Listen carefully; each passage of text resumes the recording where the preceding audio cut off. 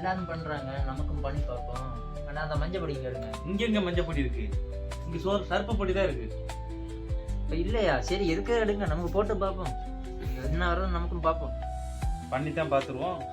லைட்டான சில நடக்குது. ஏய் இங்க வா, ஒரு நிமிஷம். எல்லாரும் பண்றோம், நம்மளும் பண்ணி பார்ப்போம்.